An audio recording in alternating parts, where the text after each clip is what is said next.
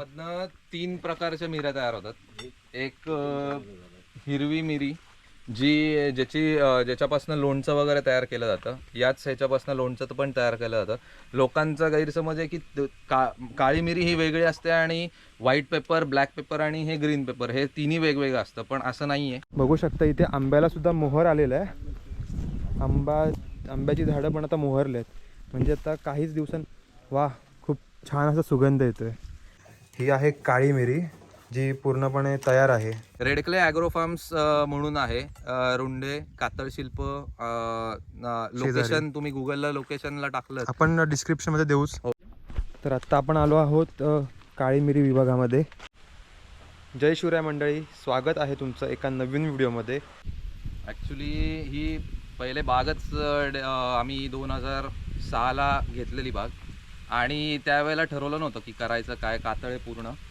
मग नंतर बाबांनीच सुरुवात केली की आपण डेव्हलप करायला लागू की कोकणात काहीतरी आपलं पाहिजे म्हणून. 2016ला आम्ही डेव्हलप करायला केली बाग आणि हळूहळू करत 2016-17मध्ये आम्ही पहिले मँगो, कोकोनट आणि काजूचं प्लांटेशन केलं. त्याच्यानंतर एक काळी मिरीचा प्रोजेक्ट केला आम्ही, ज्याच्यामध्ये बुश पेपर जे म्हणतात. म्हणजे युजली लोक नारळावर किंवा सुपाऱ्यांवर काळी मिरीचं वेल सोडून ते हे करतात, पण आम्ही एक वेगळ्या प्रकारचं बुश पेपर केलं आहे ज्याच्यामध्ये कुंड्या ठेवल्यात आणि हॉलो कुंड्या आहेत. ठीक आहे, आपण काळी मिरीबद्दल पण माहिती घेऊयास. तू काळी मिरी केलंयस, coconut farming, mango farming, Casio farming. तर आत्ता आपण आलो आहोत काळी मिरी विभागामध्ये, म्हणजे जिथे काळी मिरीची लागवड केली जाईल. काळी मिरी तर तुम्हाला माहिती असेलच, जो मसाल्यामध्ये वापरला जाणारा घटक आहे. ब्लॅक पेपर येस, मसाल्यांमधला खूप महत्त्वाचा हा घटक आहे. जी कोकणामध्ये तर आपल्या म्हणजे कोकण किंवा महाराष्ट्र, भारतामध्ये मसाले खूप प्रसिद्ध आहेत.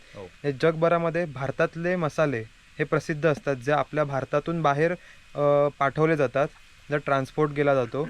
तर त्यातलंच ही काळी मिरी. आणि काळी मिरीची आता आपण माहिती घेऊया. तुम्ही बघू शकता किती वेगवेगळ्या प्रकारे, म्हणजे मी तरी बेसिकली बघितलेलं आपल्या इथे, म्हणजे कोकणामध्ये तरी खास करून झाडावरती वगैरे, माडाच्या झाडावरती वगैरे ही वेल सोडली जाते. आणि आता ही इथे वेगळ्या प्रकारे आपण पाहू शकतो कशी केली आहे ती. तर याची आपल्याला काय माहिती मिळू शकते?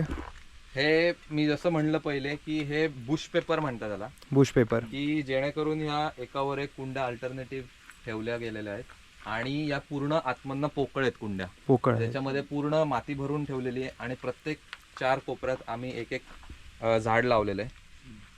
आणि ही आहे ती काळी मिरी. काळी मिरी ही आता ग्रीन आहे. ह्याच्यामधला एक जरी दाणा लाल किंवा पिवळसर पडला तर समजायचं की ती काढायला रेडी आहे. ही आता याचे दाणे काढलेले आहेत वाटतं? नाही, ही अजून तयार व्हायची. म्हणजे हे मोहर म्हणायला हरकत नाही. मोहर. तर हा मोहर आहे म्हणायला आपण हरकत नाही. आता याला हे छोटे छोटे बघा, हे दाणे आता असे येतील. आणि ही काळी मिरी अशी ही या कुंड्यांमधून बाहेर येते, वाढत जाते. ही बघा किती मोठी वेल आहे बघा. आणि ही वेल जी आहे किती दिवस, म्हणजे किती महिने टिकते किंवा वर्ष, कसं काय? नाही, त्यांना ते सलग 6-6 महिन्यांनी कटिंग करावी लागते. आणि जी वाढ याची नाही त्याला वेल हा वाढायलाच द्यायचा नाही. ओके, म्हणजे जेवढा खुटता येईल तेवढा तो खुटायचा, कुठूनच टाकायचं. बुश तयार करायचं. बुश तयार करायचं. आता लोक सगळी ग्राउंडवर करतायत सध्या. आता पुण्यामध्ये वगैरे मी 1-2 शेतकरी आलेले, तर त्यांनी पूर्ण खाली जमिनीवर केलेलं आहे. पण जमिनीवर प्रॉब्लेम असा होतो की कुठला जीवाणू जर त्याच्यात लपून बसला असेल, तुम्ही जेव्हा काळी मिरी काढायला जातात तर त्याच्यामध्ये पूर्ण ते बुशनी भरलेलं असतं. तर त्याच्यामध्ये कुठला जीवाणू जर राहिला असेल तर ते धोकादायक आहे तुमच्यासाठी. त्यामुळे ही जी पद्धत केलेली आहे, ह्याला आम्ही वरती पूर्ण शेडनेटनी कव्हर केलेलं आहे आणि स्प्रिंकलर्स लावलेले आहेत. थोडंसं ह्युमिड क्लायमेट कुठून आहे त्याला? हे जे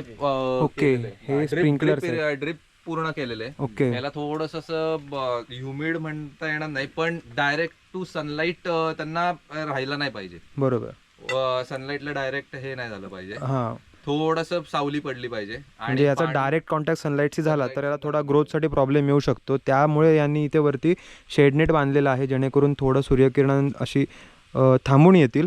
आणि पाण्याची सुविधा बघाल तर डायरेक्ट वरतून स्प्रिंकलर सोडल्यात, ड्रिपर स्प्रिंकलर, जे पाण्याची सुविधा यांना प्रोव्हाइड करत आहेत. म्हणजे वॉटर इंटेक पण खूप चांगला आहे. याच्यामधनं 3 प्रकारच्या मिऱ्या तयार होतात. एक हिरवी मिरी ज्याच्यापासून लोणचं वगैरे तयार केलं जातं. याच ह्याच्यापासून लोणचं पण तयार केलं जातं. लोकांचा गैरसमज आहे की काळी मिरी ही वेगळी असते आणि व्हाईट पेपर, ब्लॅक पेपर आणि हे ग्रीन पेपर हे तिन्ही वेगवेगळं असतं, पण असं नाही आहे. तिन्ही एकच आहे. ही जी मिरी आहे हिरवी, ही जेव्हा हिरवी असते त्याच्यापासून लोणचं तयार केलं जातं. तीच जेव्हा पिकते आणि आपण काढल्यानंतर गरम पाण्यात थोडा वेळ आपण ठेवतो, 2-1 मिनटं, आणि त्याच्यानंतर उन्हात वाळवायला घेतो. तर त्याच्यात 2 पद्धती आहेत, उन्हात पण वाळवतात आणि सावलीत पण वाळवतात. तर दोन्ही पद्धतीत करू शकता तुम्ही. त्याच्यापासून ब्लॅक पेपर तयार होते. आणि जेव्हा ह्याचे मी म्हटल्याप्रमाणे लाल किंवा पिवळे दाणे होतात, तर जेव्हा तुम्ही गरम पाण्यातनं बाहेर काढल्यानंतर तो लाल दाणा जर रब केला तर तो त्याचा कलर जातो आणि वरचं साल जे जातं आणि त्याच्यापासून व्हाईट जो हे असतं दाणा तयार होतो, तोच व्हाईट पेपर म्हणून यूज केला जातो. म्हणजे चायनीज फूड आयटममध्ये व्हाईट पेपर जो यूज केला जातो तो हाच दाणा असतो. म्हणजे तिन्ही प्रकार एकाच ह्याच्यामधनं मिळतात तुम्हाला. आणि आता ही जी काळी मिरी आपण हे वेली आहेत, यांना पाणी सोडून अजून काही खत वगैरे दिलं जातं का?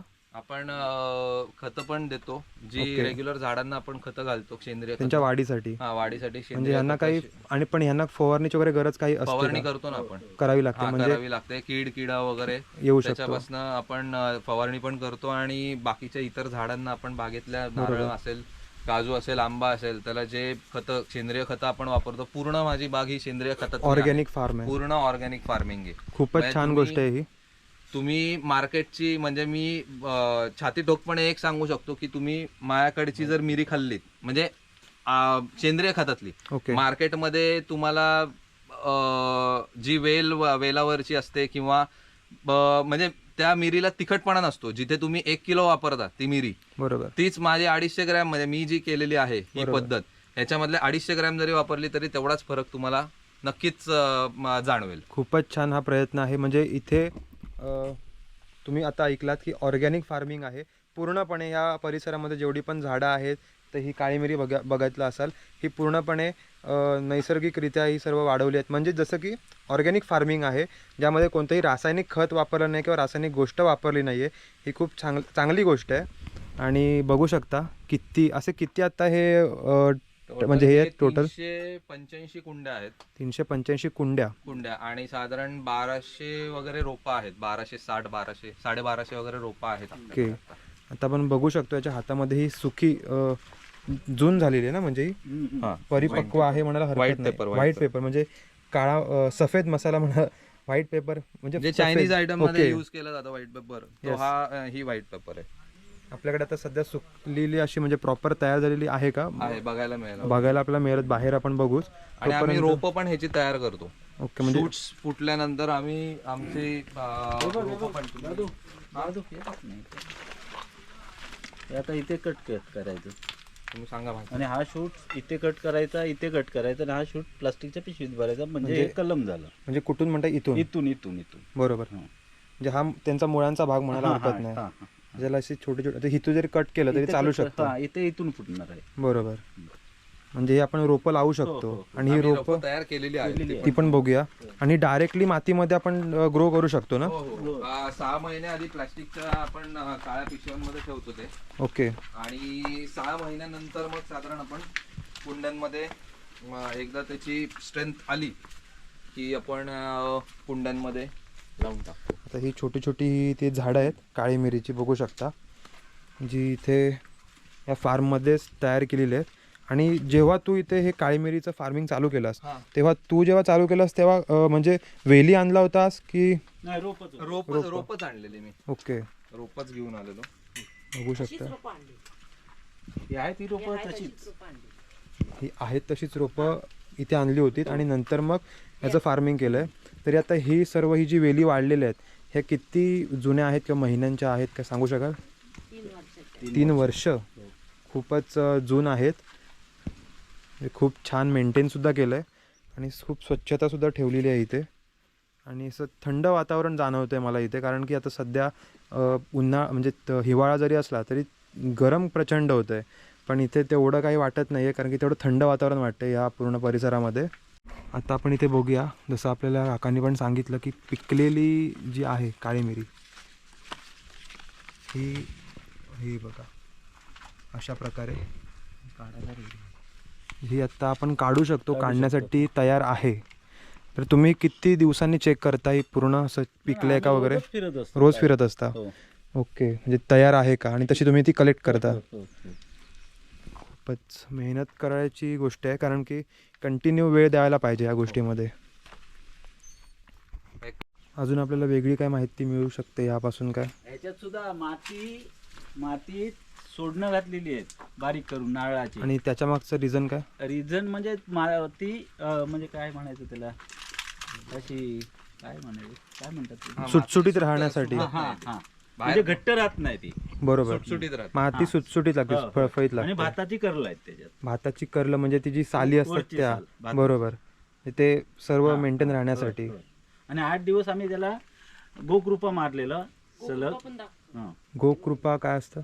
सेंद्रिय खत. सेंद्रिय खत. अच्छा, मला ते माहित नव्हतं. आंबट ताक आणि गुळ काळा. अरे वा.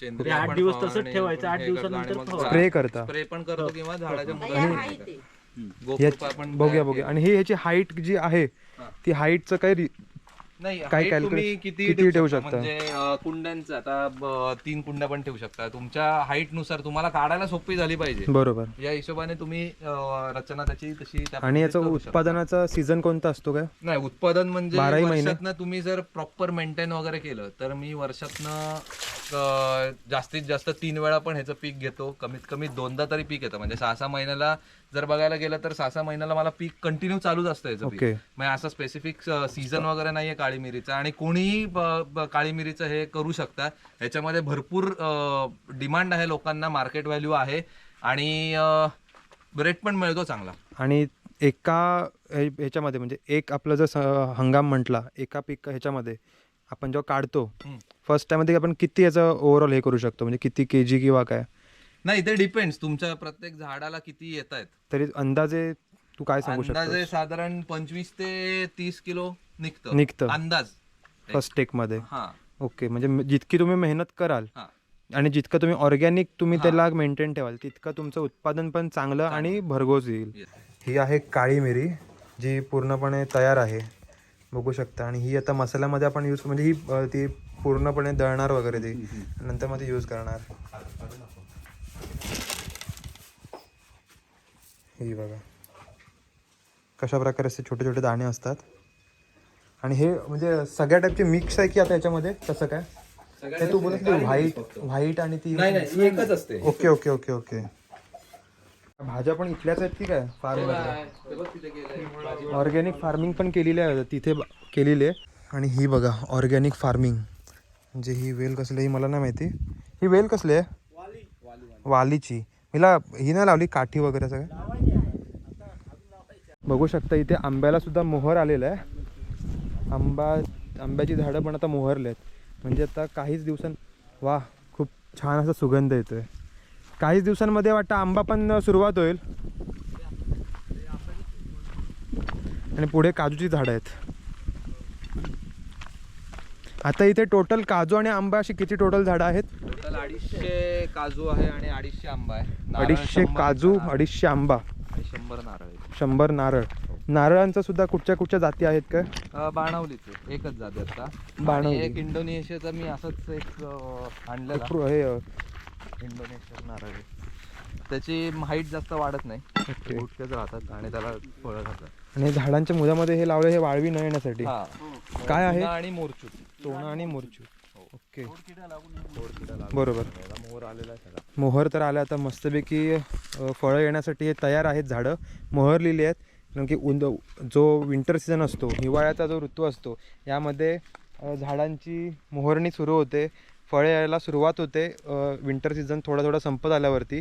आणि मग उन्हाळा सुरू झाला की तर तुम्हाला माहितीच आहे, फळांचा राजा आंबा वगैरे सुरुवात होते. आणि कोकणात तर कोकणातूनच आंब्याला सुरुवात होते खरी. तर मी तुला असा प्रश्न विचारेन की तुला या क्षेत्रामध्ये येण्यासाठी आवड कुठून निर्माण झाली? आणि बाकी तुझी, जसं की आपण काही वेळापूर्वी डिस्कस करत होतो, म्हणजे तुझं पूर्ण राहणं वगैरे कुठून कसं काय, थोडी आपल्याला माहिती ॲक्च्युली लहानपणापासूनच आई वडिलांनी कोकणाचं हे आम्ही दर मे महिन्याच्या सुट्टीत म्हणा लहानपणापासूनच कोकणाची आवड आई वडिलांनी आम्हाला लावली आणि त्याच्यामुळे कोकणात बाबांची इच्छा होती की कोकणात आपलं बाग असावी. आणि मग त्याच्यानंतर माझं जसं शिक्षण झालं.